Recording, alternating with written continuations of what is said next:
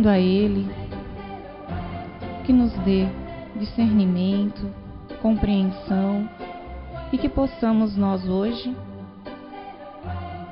e a cada dia mais deixar plantar essa semente e germinar em nossas mentes e nossos corações a cada aprendizado que temos aqui oportunidade e que a espiritualidade possa intuir bem o André na sua palestra e na leitura do Luciano, e que possamos levar hoje, no decorrer da semana, tudo o que aqui aprendermos. Muito obrigado e que assim seja.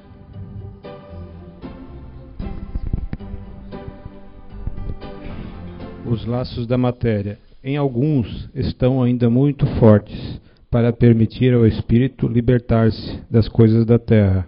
O nevoeiro que o envolve impede-lhe a visão do infinito. Eis porque ele não rompe facilmente nem com seus gostos, nem com seus hábitos, não percebendo que passa a ver qualquer coisa de melhor do que aquilo que possui. A crença nos espíritos, para eles, é um simples fato, que modifica muito pouco ou quase nada as suas tendências instintivas. Numa palavra, vem apenas um raio de luz, insuficiente para orientá-los e lhes dar uma vontade determinada, capaz de vencer as suas más tendências. Eles prendem-se mais aos fenômenos do que ao moral, que lhes parece banal e monótona. Pedem aos espíritos para lhe ter acesso imediato a novos mistérios, sem perguntar a si mesmo se são dignos para penetrar nas vontades dos mistérios do Criador. São espíritas imperfeitos. Alguns deles estacionam no caminho, ou se distanciam de seus irmãos em crença, pois recuam diante da obrigação de se reformar. Ou então renovam as suas simpatias para aqueles que compartilham de suas fraquezas e prevenções. Entretanto, a aceitação dos princípios da doutrina espírita é o primeiro passo para que lhes permita o segundo mais fácil, uma outra existência. Boa noite. Alô?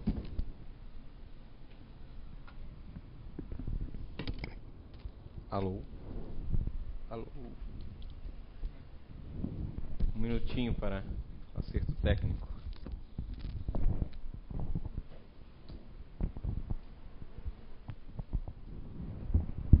Alô?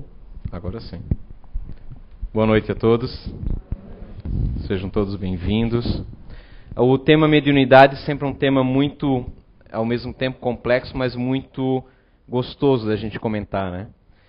Ainda mais quando envolve todas as nuances, todos os tipos de fenômenos mediúnicos, né? Que foram estudados por vários pesquisadores, dentre os quais o nosso codificador, né, o organizador da nossa doutrina, Allan Kardec, na publicação do Livro dos Médiuns, onde ele cataloga vários fenômenos que ele pôde observar na sua época. Alguns outros nós iremos comentar mais da atualidade, mas de certa forma estão envolvidos mais com as tecnologias modernas. A mediunidade, na verdade, ela está presente em várias seitas, várias religiões, em várias épocas da nossa civilização. A mediunidade, o fenômeno mediúnico. O espiritismo não, é algo recente. Quando falamos de espiritismo, estamos falando da doutrina codificada por Allan Kardec, que se inicia em 1857, com a publicação do Livro dos Espíritos. Até então não existia o termo espiritismo ou espírita, existia sim espiritualista, né? Os vários segmentos voltados a isso. E nós já comentamos em outras palestras dessa mediunidade, que nós vamos nos recordar de Moisés, quando sobe ao Monte Sinai, que uma nuvem lhe envolve e ele conversa com uma voz, na qual ele deduz e denomina de Jeová como Deus vivo dos hebreus, né? Esta nuvem hoje, pelos estudos que nós sabemos, de uns determinado tipo de mediunidade, que são os defeitos físicos, que são as materializações e todos os demais fenômenos que envolvem efeitos físicos, concretos, visíveis, necessitam de uma energia material, sim, que determinadas pessoas, chamadas de médium, em especial médiums de efeitos físicos, possuem alta abundância e conseguem exteriorizar essa energia chamada por Charles Richer, pai da metapsíquica, de ectoplasma. Então essa nuvem branca, hoje nós que pesquisamos no Espiritismo, deduzimos que se trata de um fenômeno material, assim como a voz que se manifesta, a pneumotofonia ou a voz direta, um dos outros fenômenos que nós vamos comentar. Obviamente que não temos como entrar em muitos detalhes desses tipos de mediunidade. Para isso vocês precisariam fazer um curso, onde se pode, em cada etapa, conversar de forma mais eloquente sobre esses fenômenos. Vocês podem, já que não estão inscritos, podem acompanhar o curso de Espiritismo da Casa, que é feita quinzenalmente aos sábados, através da internet também. Essa parte do curso de Espiritismo, que, por sinal, por coincidência, está na mediunidade, está na questão das materializações, que a Gisela deu na aula anterior, e a próxima aula vai ser sobre transcomunicação, que vocês vão ver, que eu vou comentar depois à frente. Pois é, desde Moisés, anterior a ele e posterior, nós temos efeitos mediúnicos acontecendo, nos vários cantos. Temos entre as tribos, nas ilhas mais longínquas, nos pontos mais diversos, fenômenos de efeitos físicos mediúnicos. Vocês vão lembrar das chamadas casas mal-assombradas, dos fenômenos de aporte, ou fenômenos de batidas, pessoas que recebem pedradas do nada, que aparecem dentro de casa, caindo pedras, de repente, do teto, se materializando. Cada um aqui, de repente, já leu ou teve histórias de pessoas familiares, às vezes comentando de algum tipo de fenômeno, dessas brincadeiras que os parapsicólogos americanos denominaram de poltergeist. Né? Inclusive, é uma denominação de parapsicólogos alemães. E o que acontece? Esses fenômenos, na verdade, acontecem desde remotas épocas. Na Polinésia, existem várias tribos relatando esses fenômenos de espíritos brincalhões, alguns espíritos mais levianos, agressivos. Temos relatos de historiadores nessas histórias em tribos, como na ilha de Java e outras das regiões da Ásia, comentando serem agredidos determinada criança, determinado adolescente ou já adulto, com pedras, com paus, beliscões, arremesso da pessoa à distância. E é tão numerosa essa quantidade que alguns antropólogos voltados a essa área espiritual deduzem e vão contra a outras definições antropólogas que definem que esses fenômenos tiveram origem na religião. O sentimento religioso do ser humano teria criado um misticismo que teria levado o homem a acreditar em Deus, criar fantasias de magia, de fantasias, de fantasmas. Mas na veracidade desses fenômenos que se constatou através da história, justamente é o contrário. Esses fenômenos, a princípios de espíritos mais inferiores, de efeitos físicos, de levar o ser humano mais tribal, mais primitivo, a contemplar e a desenvolver a sua religiosidade. A refletir sobre o inimaginável, sobre o sobrenatural em épocas remotas. Hoje é uma corrente muito forte, considerando, claro, a veracidade de tais fenômenos. Quando nós falamos em mediunidade, comumente a gente pede provas, né? É tão comum. Mas qual é a prova da imortalidade, da comunicação? São inúmeras, centenas. É até triste quando a gente pensa que o ser humano ainda não acredita na imortalidade, na mediunidade, pela quantidade absurda de pesquisadores seríssimos, de pesquisas e testes que já foram feitos, que estão catalogados, pelo menos nos últimos 150 anos, uma quantidade que vocês não conseguem nem imaginar. Mas como nós muito pouco pesquisamos, muito pouco procuramos, nós temos essa ousadia, essa petulância de sempre pedir mais e mais aos espíritos comprovações, quando não seria mais necessário. Posso afirmar aqui para vocês com muita convicção sobre isso. Essa mediunidade, ela é tão verídica, inclusive está na Bíblia, como já falei em Moisés, inclusive no Novo Testamento, essa comunicação com os espíritos. E era tão comum no começo do cristianismo, há indícios, inclusive, de frases no Novo Testamento dessa crença na comunicação com os espíritos, na imortalidade da alma, mas que sempre gera algum tipo de interpretação, porque quando pegamos uma frase, nós podemos deturpá-la. É como a gente pegar a palavra de alguém pela metade e deturpar o sentido dela e usar a nossa maledicência para prejudicá-la. Então, uma frase fora do contexto pode dar um significado totalmente diferente. E nisso a gente tem que cuidar. Porém, há um livro publicado no início do cristianismo, de um dos discípulos dos apóstolos, Herma é o nome dele, comentado inclusive, o Paulo de Tarso, na sua epístola aos Romanos, lhe saúda, chega a lhe encontrar. Ele mais tarde publica um livro chamado O Livro do Pastor. Eu fiz um resuminho de um dos trechos desse livro, que eu vou tomar a ousadia aqui de ler para vocês analisarem como, já naquela época, realmente era verídico a mediunidade, era uma crença geral. Herma relata o seguinte nesse seu livro, ele que foi um cristão, mas dentro do contexto dos apóstolos impossível, viveu junto a Paulo de Tarso.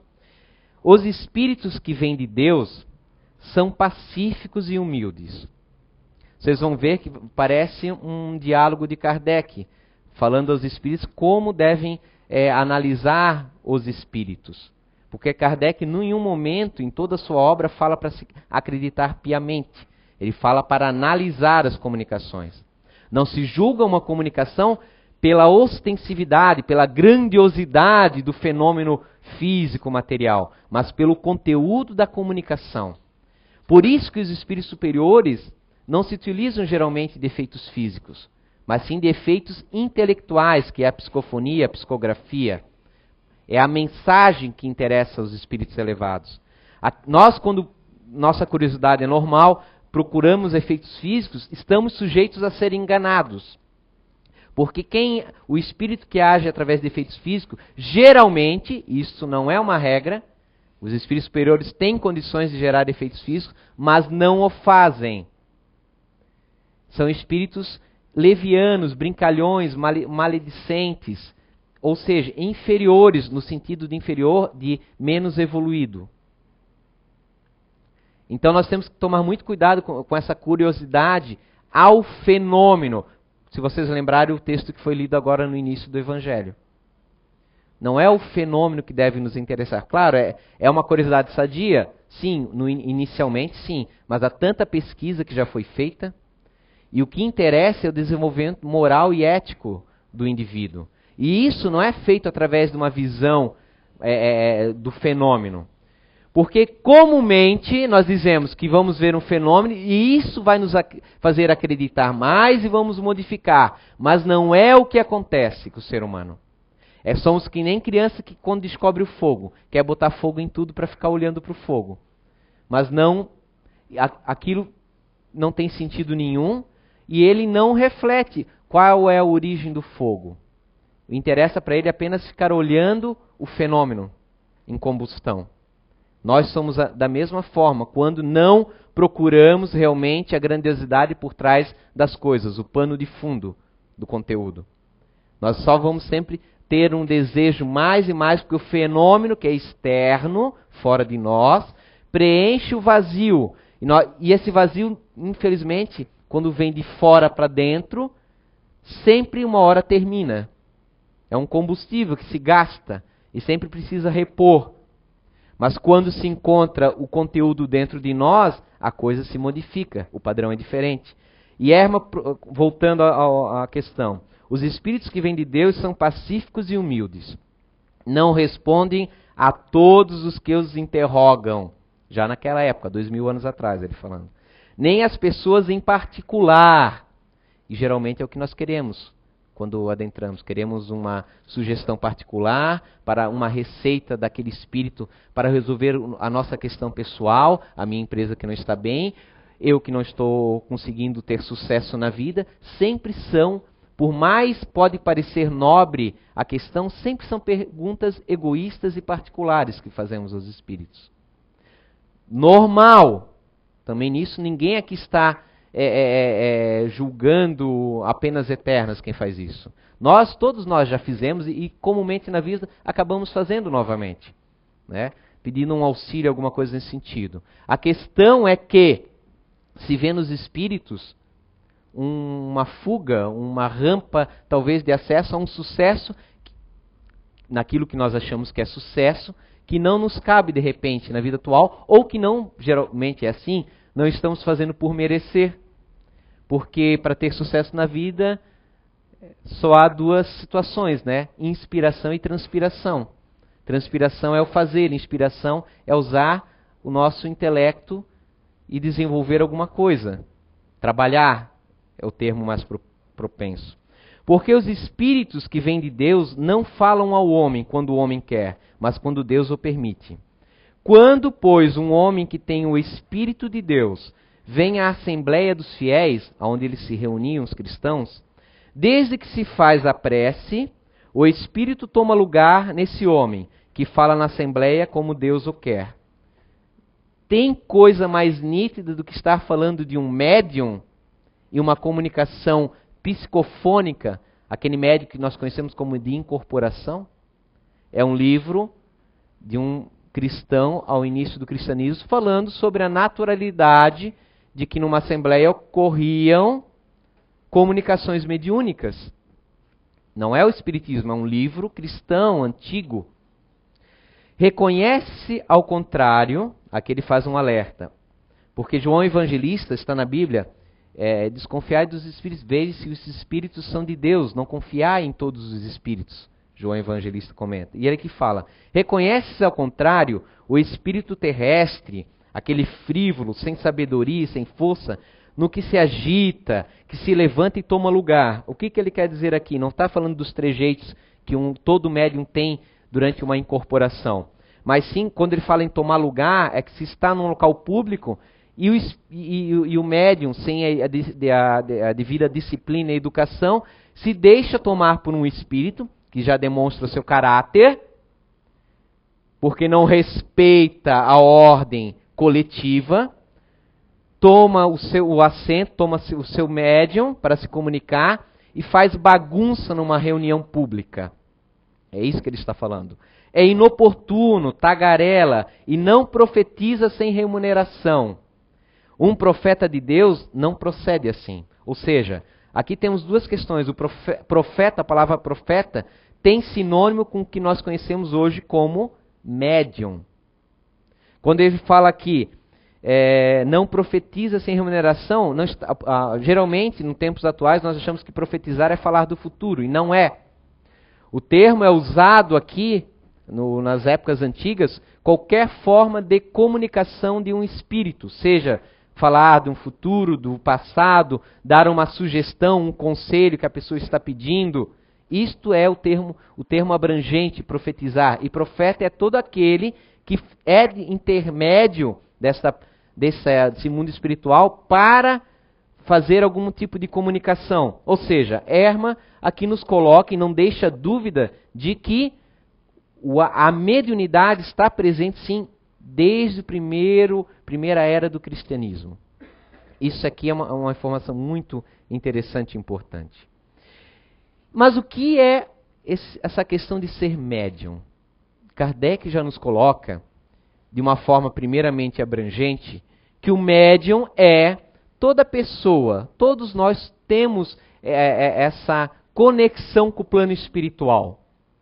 De alguma forma, seja nos sonhos, seja nas intuições, numa ideia sugerida pela providência, pelos espíritos, mesmo que não tenhamos consciência dessa comunicação. A mediunidade é essa intercâmbio, essa influência que o plano espiritual, os espíritos, tem sobre o plano material, os seres humanos, o intelecto. Mas ele fala que o médium mesmo, aquele que nós nos referimos, que ele comenta nos estudos espíritas, é aquele ostensivo, é aquele médium que é intermediário de uma mensagem, seja qual for o tipo de mediunidade que ele tem.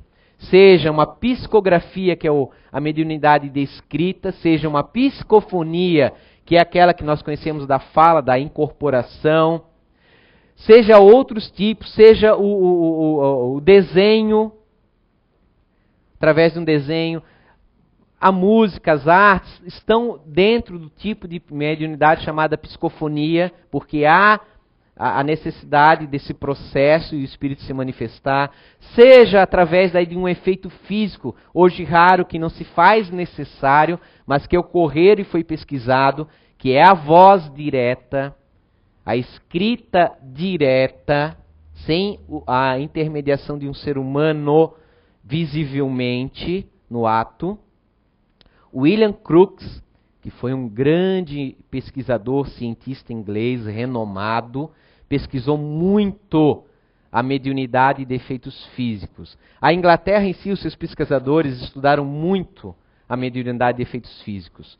Se interessaram, infelizmente, só, como eu disse antes, pelos fenômenos de efeitos físicos e não quiseram adentrar na abstração que é a filosofia, ou seja, eles rechaçaram na época os termos de reencarnação, os efeitos morais que estavam ligados à mediunidade.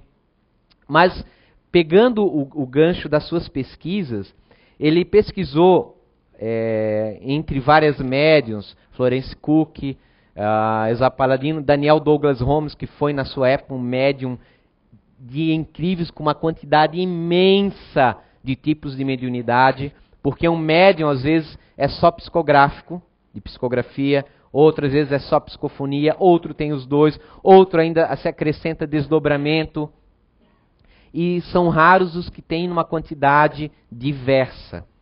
Mas é bom vocês saberem. E William Crookes, o descobridor do elemento rádio, é isto, se não me falha a memória.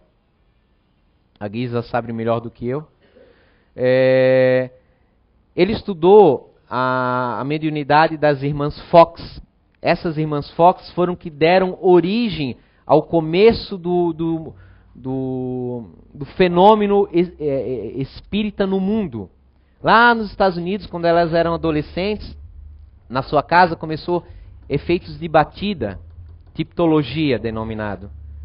E um espírito se comunicava por pancadas com elas, graças àquela energia que elas tinham propícias a isso. Porque o espírito não consegue mover nada material por si mesmo. Ele precisa ter uma energia material, que esses médiuns têm, como eu disse, que é nome de ectoplasmia, para envolver o material e poder aí movimentá-lo.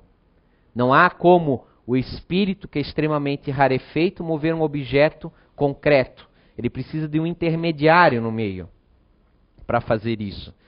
E esses médiuns de efeitos físicos têm isso. E essas irmãs Fox, que iniciaram essas batidas e depois, de repente, várias pessoas foram surgindo no mundo com esses efeitos, começou a ter várias comunicações, e esse movimento, conhecido como mesas girantes, porque as pessoas se voltavam, esses médiuns, botavam suas mãos sobre uma mesa e ela começava a balançar, e eles faziam pergunta e a mesa dava uma pancada para sim, duas para não, e assim eles iam perguntando e tendo respostas naquela época primordial do espiritismo. Isto fez o professor Rivail interessar por essas questões, pesquisar e codificar várias perguntas através de um livro e vindo a ser conhecido pelo seu apelido, que é Allan Kardec. Voltando, William Crookes pesquisou a mediunidade já das Fox mais velhas, e elas tinham uma mediunidade em particular que ele achava interessante, que era a escrita direta. Em uma sessão em que ele pegou uma das meninas Fox, já mulher, que ele segurava as mãos dela, ele queria ver se conseguiria fazer uma mensagem no papel desta forma, usando efeitos físicos. E aí ele viu, naquela penumbra, porque é necessário que o local seja um pouco escuro, infelizmente, o que resulta às vezes em muitas dúvidas nessas pesquisas, pelas pessoas que são descrentes no assunto e não estudam, porque o ectoplasma se desfaz com a presença de luz forte solar. Uma mão luminosa descer, agarrar um lápis e escrever uma mensagem para ele. E é aí que, a partir dali, ele começou a pesquisar mais sobre a pneumatografia, que é a escrita direta. E ele viu que aquilo foi apenas um tipo, que não havia necessidade nem de uma mão materializada e nem do lápis dele deixar ali presente. Ele fez pesquisas em que ele pegava um papel, dobrava e ele segurava o papel fechado, e passado a determinado tempo, às vezes horas, a gente às vezes quer resposta nos minutos, abrir o papel e estava tudo escrito. Porque pensem só, se o espírito pode materializar uma mão, um objeto, por que ele não poderia também materializar substâncias para escrever? Num caso de uma sessão de efeitos físicos, eu estou falando aqui. Mas isto, como eu falei para vocês, envolve usar um determinado tipo de energia, a qual Charles Richer, o pai da metapsíquica, deu o nome de ectoplasma. Os soviéticos, nos tempos atuais, chamam de psicobioplasmático. O William Crookes chamava de energia psíquica, se não me falha a memória. Não importa o nome. Sabemos que é uma energia necessária para isso. Isso envolve um trabalho, precisa de uma fonte energética, envolve todo um trabalho de manipulação. Não é uma coisa tão simples quanto a gente pode imaginar quando lê essas pesquisas, quando vê a quantidade de fenômenos registrados. Mas aconteciam, existiam. Mais tarde, outros pesquisadores, Alexandre Dumas, o filho, fez alguma coisa também de pesquisa, o Ernesto Bozano e vários outros. São muitos, que agora me vem muito truncado na mente. Eles pegavam papéis, trancavam dentro de cofres, esperavam um tempo, tiravam, havia uma mensagem ali dentro. Tudo efeitos físicos. E aí eles, obviamente, se interrogavam os espíritos, quando eram pesquisas sérias, se tinham médiuns educados, sérios, para questionar essas pesquisas. Os espíritos falaram, não, tudo isso é apenas para comprovar para vocês a veracidade do mundo espiritual. Ponto. Não é para mais nada.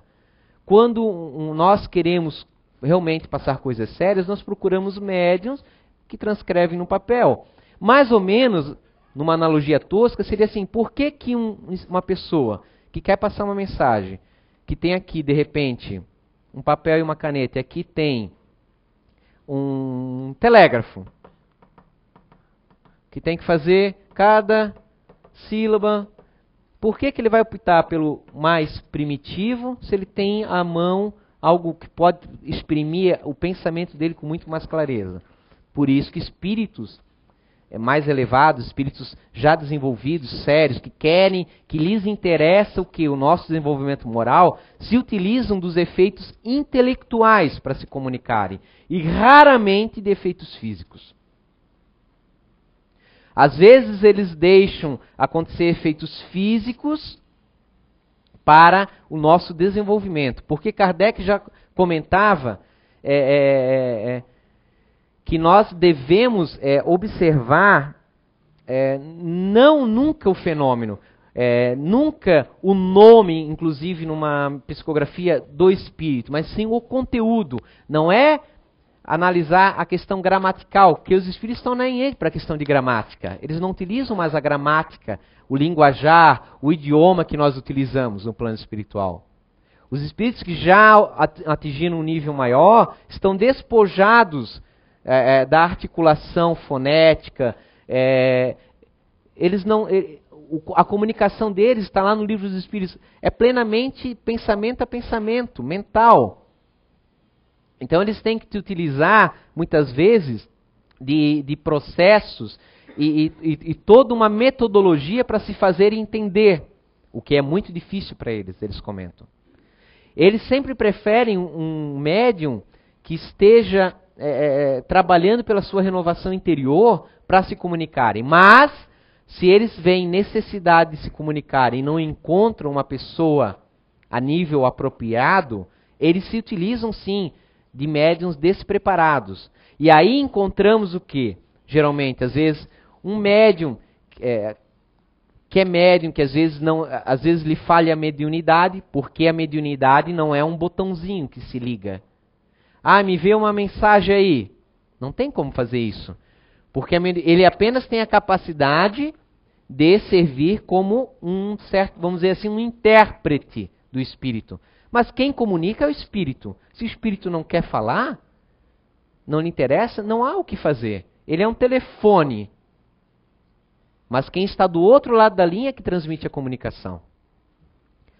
Podemos tirar o telefone do gancho e por mais que a gente deixe aqui, se não tiver ninguém do outro lado, não tem comunicação, não acontece. Então não tem como um médium marcar hora e lugar para ocorrer uma comunicação de fato. A não ser que os espíritos que de repente lhe acompanham, que são sérios, a fim de disciplinar, porque eles também têm mais coisas para fazer do que servir, às vezes, de circo para nós, definem, não, tal e tal dia, tal horário, vocês se preparem que nós vamos passar uma comunicação. Aí quem é que está marcando o horário? É lá, não é o médium, não é as pessoas que estão aqui. Então não se deixem enganar. E aí muitas vezes acontece que um médium despreparado, que muitas vezes é fantoche de espíritos brincalhões e levianos, porque não é só nos efeitos materiais que tem espíritos levianos, mas nos intelectuais principalmente, também, que a gente sabe que só lida com espíritos duvidosos, de repente transmite uma comunicação elevada, de repente transmite uma coisa que você vê, poxa, é o fulano de tal, meu ente querido, falou isso, aquilo, bateu tudo certinho. Claro, os espíritos não encontraram ninguém mais para transmitir, é aquele, vamos ter que usar aquele para ajudar aquele outro. Fizeram, só que daí o que acontece com a gente? Como a gente é muito místico, aquele é médium de verdade. E começa a ir lá e acreditar em tudo quanto é espírito que se apresenta para aquele médium específico.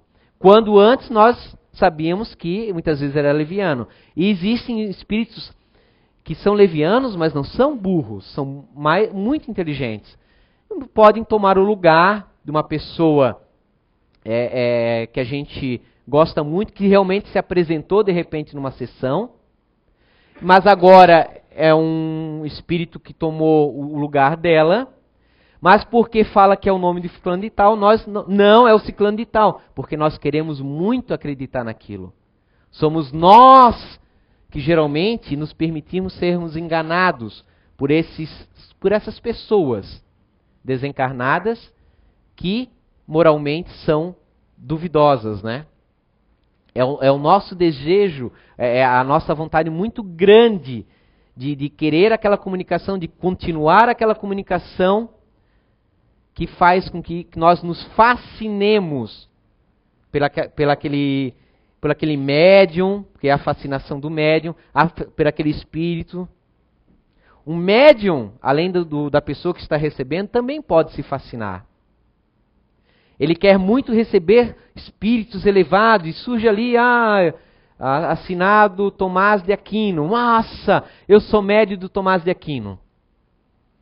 Meu Deus, não, olha só, até o linguajar. Mas o linguajar é muito fácil de imitar.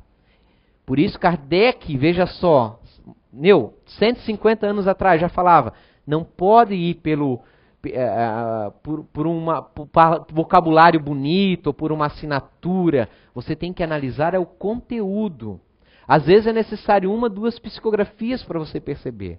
Toda vez que um espírito, que diz que é um determinado espírito, um nome que reverencia uma pessoa de um quilate espiritual maior, que você sabe que pelas palavras, pelo conteúdo do seu saber, tem que demonstrar uma moral elevada.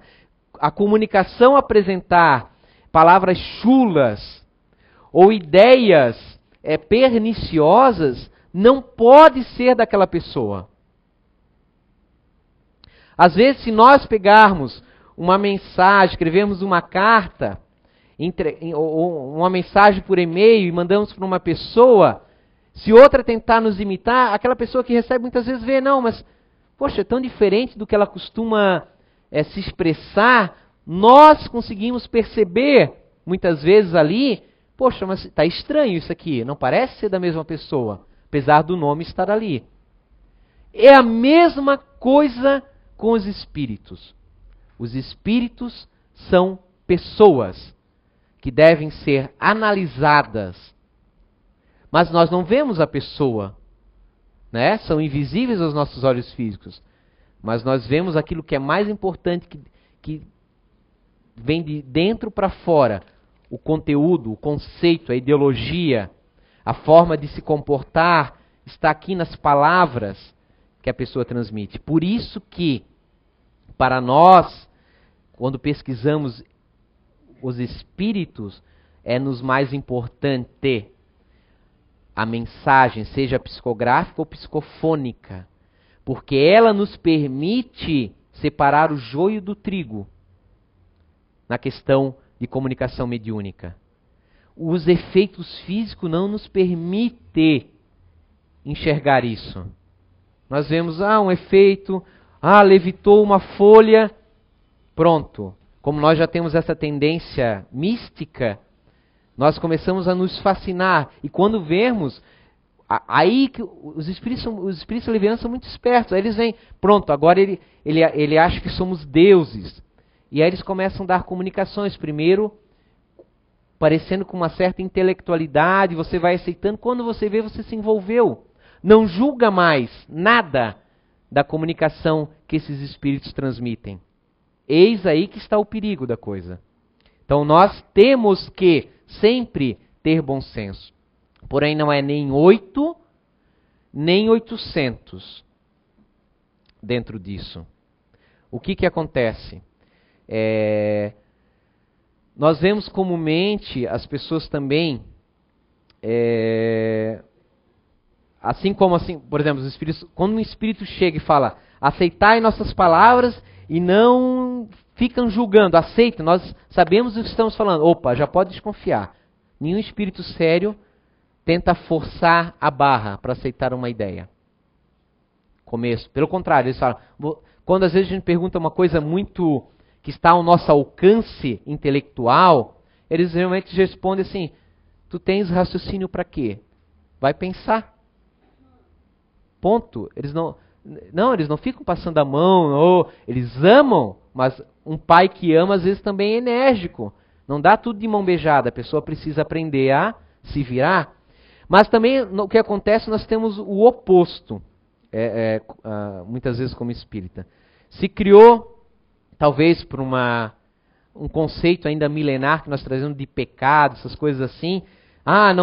Não se pode aceitar aquela comunicação. Aquela ideia nova que aquele espírito trouxe numa comunicação não existe em nenhum livro anterior. Esquece, ignora, joga fora. Isso também é totalmente anti-Kardec. Se usa a justificativa de que devemos manter a pureza doutrinária. Isso está fora de Kardec, não deve ser lido, não deve ser publicado como espírita. Pode ser, esteja até certo. Mas que não deva ser publicado, que não deva ser lido.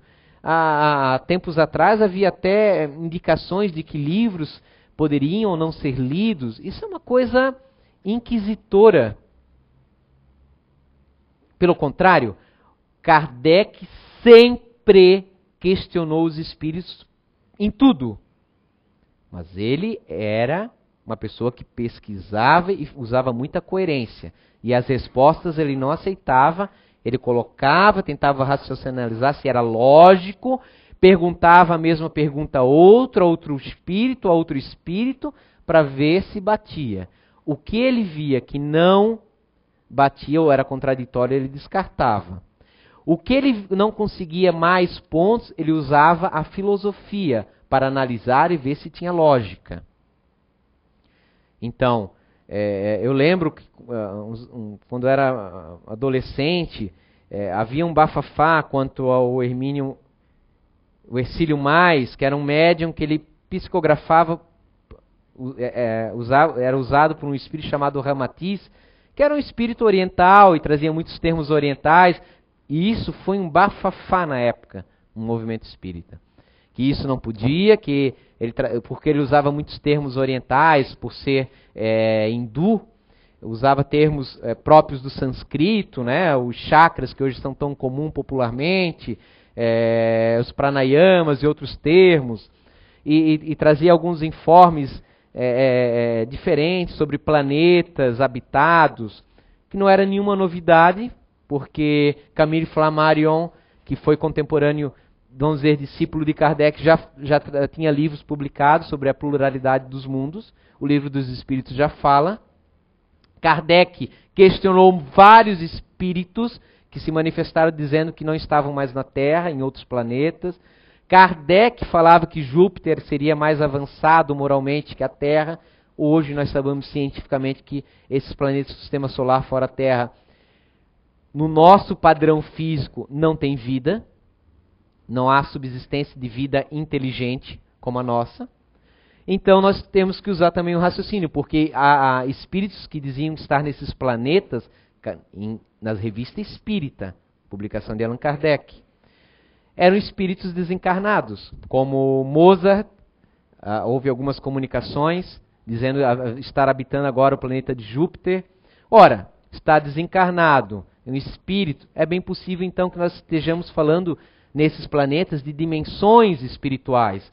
Como nós temos aqui a dimensão espiritual na Terra, que vive paralela ao físico, nós temos espíritos aqui, mas que nós não vemos, mas estão.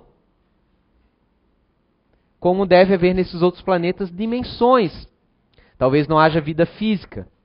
Não sei, mas seriam assuntos a serem pesquisados com mais detalhes, com os conhecimentos que tem.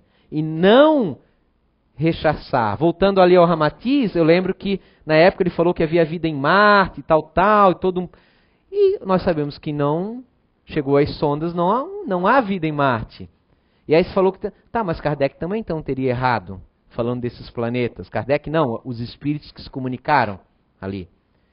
A não ser que nós usemos o nosso conceito. Veja como nós podemos taxar as coisas dentro do conhecimento que temos. Se nós não levarmos em conta a existência de uma dimensão espiritual, outras dimensões, como hoje a física já está falando, de planos, né? Nós não conseguiremos compreender. Como é que os espíritos poderiam daí falar sobre isso se nós não tivermos essa base intelectual, desse conhecimento sobre dimensões? Eles vão falar e vai pérola jogada aos porcos. Ninguém vai compreender nada, não vai aceitar, porque vai parecer conto da carochinha a princípio. Mas quando você estuda física e vê que há essas questões dimensionais, a física falando que um átomo pode estar em 2 lugares ao mesmo tempo. Caramba! Como é que pode isso? Nós não conseguimos compreender, mas é a física que está falando que a partícula, ora ela age como se fosse uma partícula, ora como se fosse uma onda eletromagnética. Ou seja, ela tem 2 vivências ao mesmo tempo diferentes. Como é possível? Isso eu estou falando agora em ciência física. Imaginem, os senhores e as senhoras, se nós colocarmos isso na metafísica. Ou seja, tudo que for acima do plano físico. Temos que ter, então, um pouco mais de esforço de pesquisa. Então, são esses opostos. Não é nem aceitar plenamente o que vem dos espíritos, mas também o novo não ser rechaçado. Não vou ler, não pode ler, isso não é espiritismo. Poxa, Kardec pesquisou a vida toda dele. Pesquisou constantemente, indagou constantemente. E o que nós fazemos? Lembra que eu falei da transcomunicação para vocês? Que é uma forma de mediunidade. O que acontece? Na década de 60 por ali, um sueco que voltado à parte de arte, chamado Friedrich Jorgensen, ele foi a seu sítio gravar sons de pássaros, ele tinha esse hábito, e as fitas de repente gravaram umas vozes que ele achou que tinha pego o rádio de outras localidades. E ele foi vendo que essas vozes falavam coisas para ele. E ele começou a gravar mais, pesquisar. Eram vozes de pessoas que se diziam já mortas, que queriam se mostrar que estavam vivas. São as famosas gravações em fitas magnéticas. Naquela época eram as fitas magnéticas, fitas cassete. Disto ele começou um trabalho de divulgação e vários experimentos, assim como 100 anos antes aconteceram com as mesas girantes pelo mundo todo. De repente, um filósofo, um pesquisador chamado Konstantin Raudiv soube desse trabalho de divulgação dessas fitas, o EVP, e ele foi até Jorgensen, pesquisou, se interessou e começou a fazer pesquisas com grande afinco. Gravou 72 mil vozes durante os anos de pesquisa. Foi um grande divulgador. Para vocês terem ideia da dimensão que isso chegou, depois na Suíça, em 1976, Léo Schmidt, um padre, começou a pesquisar e escreveu um livro sobre isso. Me falha a memória, mas é mais ou menos Os Mortos Nos Falam. Achando ele que era uma novidade. Veja só como o espiritismo havia sumido na Europa, né? Por causa das guerras e tudo que aconteceu, ele se deslocou pelo plano espiritual para o Brasil, para permanecer vivo, e retorna à Europa, o seu berço, através de um novo fenômeno mundial, que é a transcomunicação, que é nos tempos modernos o que seriam as mesas girantes do passado. Léo Schmidt na Suíça. Na Itália, o Marcelo Bach e o Luciano Capitani também fizeram trabalhos fabulosos com essas fitas magnéticas de divulgação, iam a rádios, haviam gravações às vezes ao vivo, porque havia também a necessidade, se percebeu mais tarde, que esses locutores também de alguma forma eram médiums que possibilitavam essas comunicações. Interessante que isso continuou. Começou lá com o sueco, foi para a Alemanha, acabou passando para o outro continente, nos Estados Unidos, o Dr. George Mack, que já psicografou aqui na casa, hoje desencarnado, e o William O'Neill, que esse era, assim, um técnico em eletrônica, um grande médium de efeitos de evidência, clarividência, que é quando você enxerga o plano espiritual. Construíram um aparelho no decorrer da sua experiência chamado Spiricom, que foi uma revolução. Não se gravava em fitas, se conseguia conversar ao vivo, por alguns segundos, alguns minutos, com um comunicador desencarnado do outro lado. Tem toda uma pesquisa de laboratório feitas, gravadas, trabalhos escritos, Estados Unidos. Depois disso ainda começou a ocorrer já em 81, 86, um casal Jules e Meg Rasch-Fischbeck, em Luxemburgo. Esse casal, no decorrer dos anos, vai se tornar um dos casais com maior quantidades de pesquisas bem-sucedidas na área da transcomunicação. Eles não foram pioneiros, mas a qualidade das comunicações são incríveis. Eles conseguiram, no decorrer dos anos, já na década de 90, 2000, gravar mensagens sem a estática, porque as fitas magnéticas, essas transcomunicações, elas têm problemas que são muito ruins as gravações, muito fraquinho. Lembra que é necessária uma energia para os efeitos físicos? Isso usava uma energia muito grande, que gerava muitas dúvidas. Eles conseguiram gravações nítidas a respeito.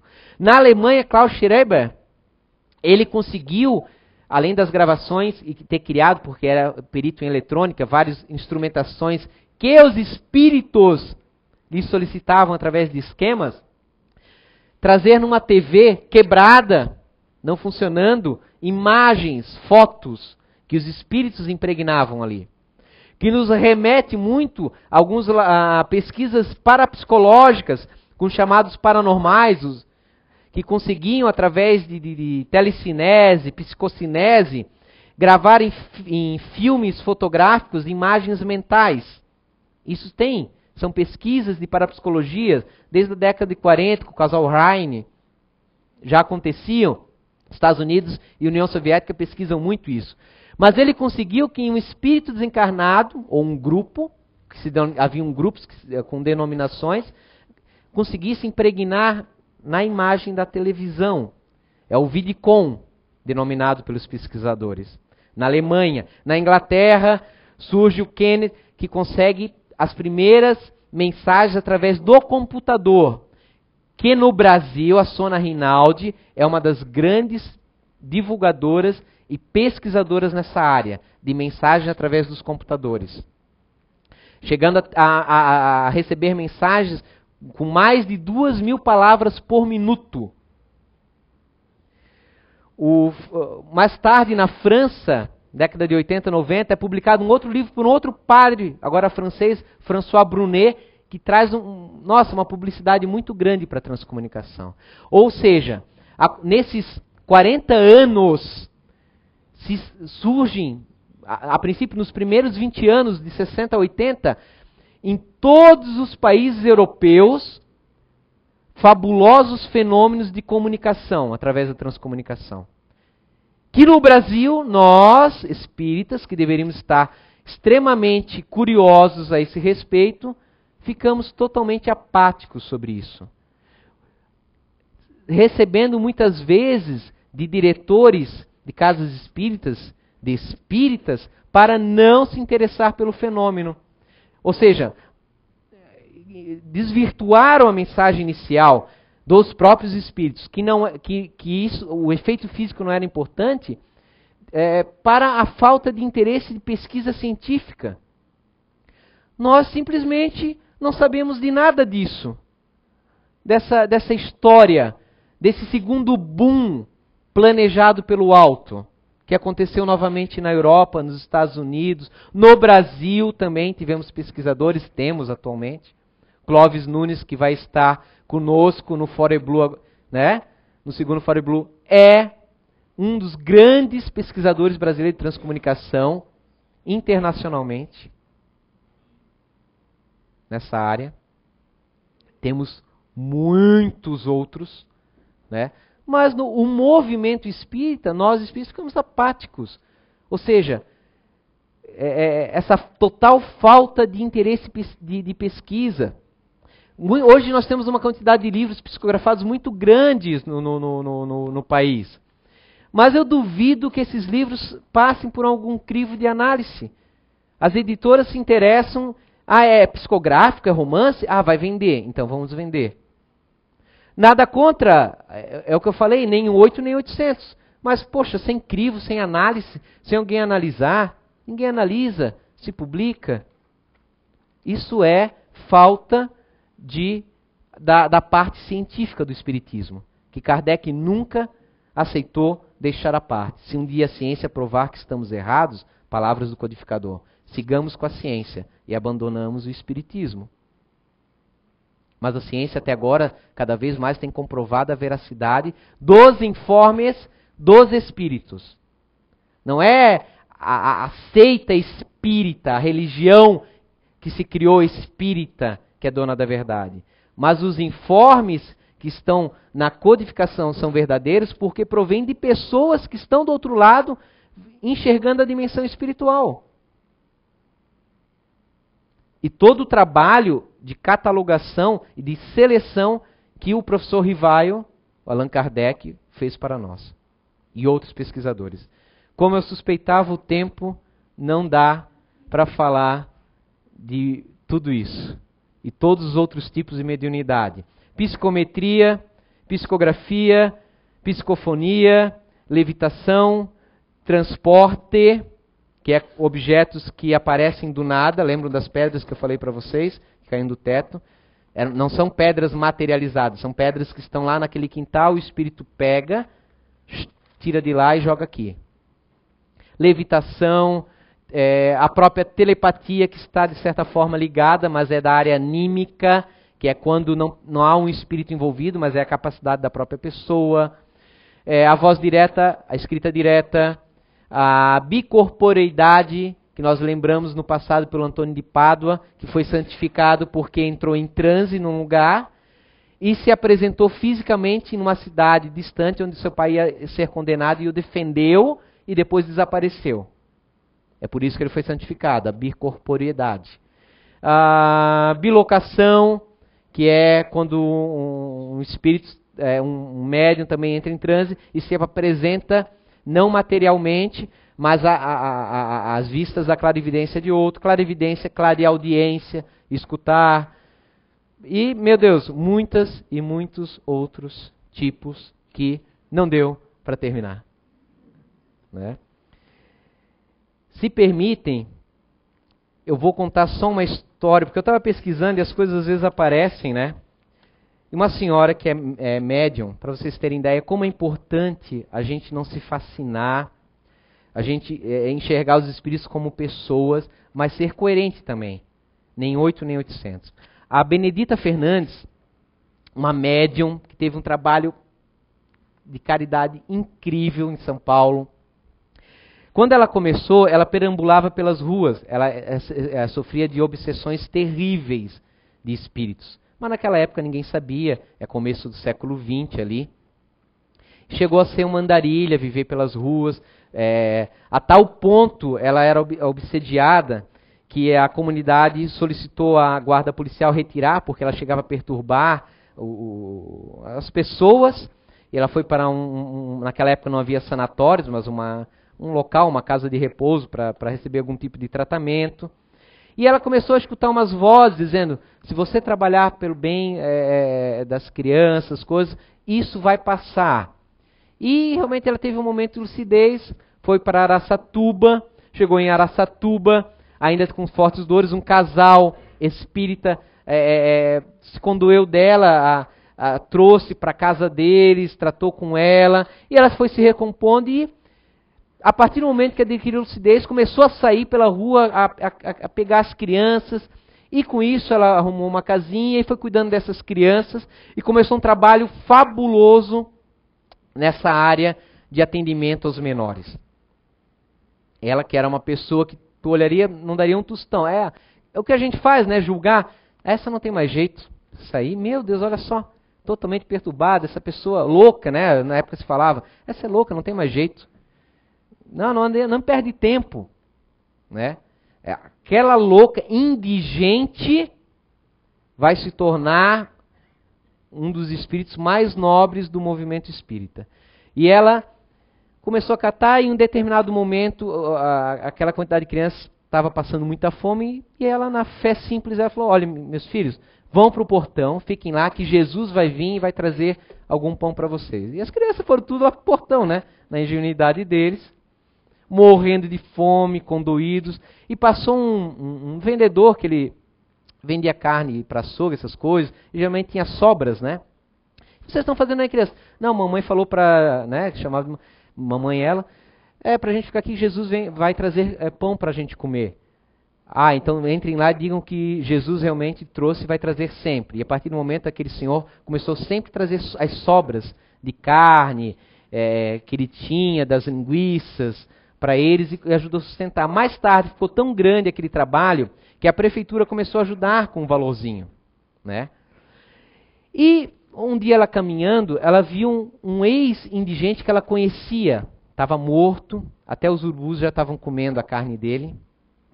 E aquilo condoeu ela muito. E ela prometeu para ela mesma que nunca mais, enquanto ela estivesse viva, nenhum denominado louco, mendigo, iria passar por uma situação que nem aquele amigo dela passou.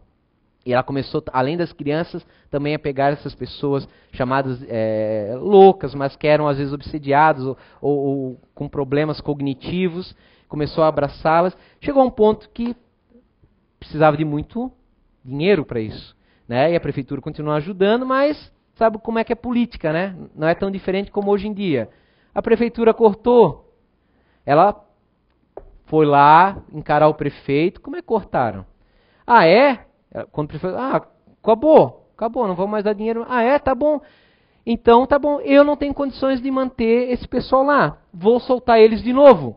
E ela soltou no centro da cidade, né? No dia seguinte, voltou a verba, porque era a única que fazia esse tipo de trabalho naquele período. E assim foi indo, ela chegou a desencarnar, né? Em determinado tempo, fez um trabalho fabuloso nessa área. E um senhor, o Ricieri, que era aquele vendedor de sobras. Já passado muito tempo, já estava morando no Rio de Janeiro, o Divaldo já era muito conhecido, ele sofreu câncer de pulmão, o Ricieri. E ele foi ver Divaldo, né? Porque ele conhecia aonde o Divaldo ia estar hospedado ali no Rio de Janeiro, que ele ia fazer uma conferência, o casal que ofertou a casa para o Divaldo. Chegou lá, falar com o Divaldo, né? Poxa, não dava para dar um jeitinho aí, né? Aí o Divaldo falou para ele, olha, Ricieri, tu vai desencarnar como todo mundo vai desencarnar. Eu vou desencarnar um dia, fulano de tal, e você vai desencarnar também, né? Putz, ele pensou, né? Ai, não deu para dar um jeitinho, né? Falou na cara que não, tu vai morrer, não tem jeito. É para ser assim. A tua libertação é assim. E aí o Divaldo falou, olha, mas tem um espírito aqui muito grandioso aqui, dando um olá, mandou dizer que te agradece muito as sobras. Ele já na hora lembrou, né? Ah, então é a dona Benedita Fernandes. Poxa, seu Divaldo, pede uma moratória para mim lá, para ela, pede, né? Mas olha por que ele estava pedindo a moratória. Eu ainda não terminei o esgoto do lar dos meninos da Baixada. Eu ainda preciso terminar. Pede. Aí o Divaldo disse, não, então deixa só um pouquinho. Ele começou a confabular mentalmente com o espírito. Ela falou que sim, você vai ganhar a moratória. Ah, seu Divaldo, será que também não dá para aliviar um pouco as dores também? Né? Porque como é que o homem ia trabalhar aqui, que adiantava ficar aqui daí, né? Ele falou, não, eles deram um passe, realmente passou as dores, ele foi no médico, os médicos ficaram queixo caído. Durante um ano ele trabalhou, já tinha terminado tudo, a esposa dele estava junto nele nessa época. E o Divaldo alertou ele, olha, eles estão falando o seguinte, quando for o momento, você vai sentir uma pontada aguda, uma dor aguda no peito, e aí é o momento da partida. Passado um ano, realmente, ele estava na casa dele, já tinha terminado todas aquelas tarefas que ele havia se disposto, sentiu uma dor fulminante no peito, chamou a esposa, ajudou a deitar, deitou calmamente na cama dele, fechou os olhos e partiu para o plano espiritual. A Benedita havia prometido que receberia ele no plano espiritual e ajudaria ele no seu desencarne e na sua despertar da consciência do outro lado. Oxalá possamos nós também, né, um dia, né, ter uma Benedita para nos orientar e nos ajudar do outro lado, né? Que não esqueçamos, né, que às vezes as oportunidades que Jesus nos dá para sermos um pouquinho bons ou aprendermos a ser bons estão à nossa frente. Basta nos desprendermos do nosso próprio interesse, às vezes daquele lucro que vamos ganhar. Eu não vou dar as sobras, né? Poderia virar uma linguiça na frente para eu revender. Não, às vezes é necessário deixar um pouquinho o nosso egoísmo para benefícios futuros. Mas quem agir no bem pensando em recompensa vai perder, né, o seu lucro, o seu rendimento futuro. É preciso ser desinteressado nisso. É preciso fazer e sentir-se bem com isso. Então, gostaria de dedicar para vocês muita paz, muita luz nessa semana. Muito estudo, muito aprendizado. Tem tantas pesquisas se vocês ainda estão em cima do muro para acreditar na imortalidade. Peço desculpa para vocês pela extensão da palestra, mas o assunto é tão complexo, não dava para terminar de sopetão, né? Estudem, venham fazer os cursos na casa. Tem o curso de Espiritismo que está online na casa. Vocês podem assistir de casa. Façam a diferença para vocês. Não queiram fazer imagem para os outros. Façam a diferença para vocês. Estudem. Não sejam místicos. Sejam pesquisadores. Muita paz, muita luz.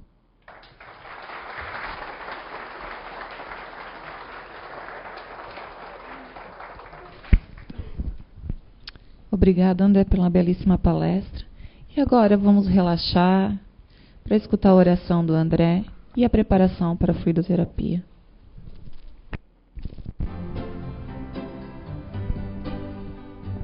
Senhor, amado Mestre, Jesus, quanto tempo temos dedicado aos nossos interesses, aos lazeres, que sempre são bem-vindos, mas que muitas vezes não fortificam.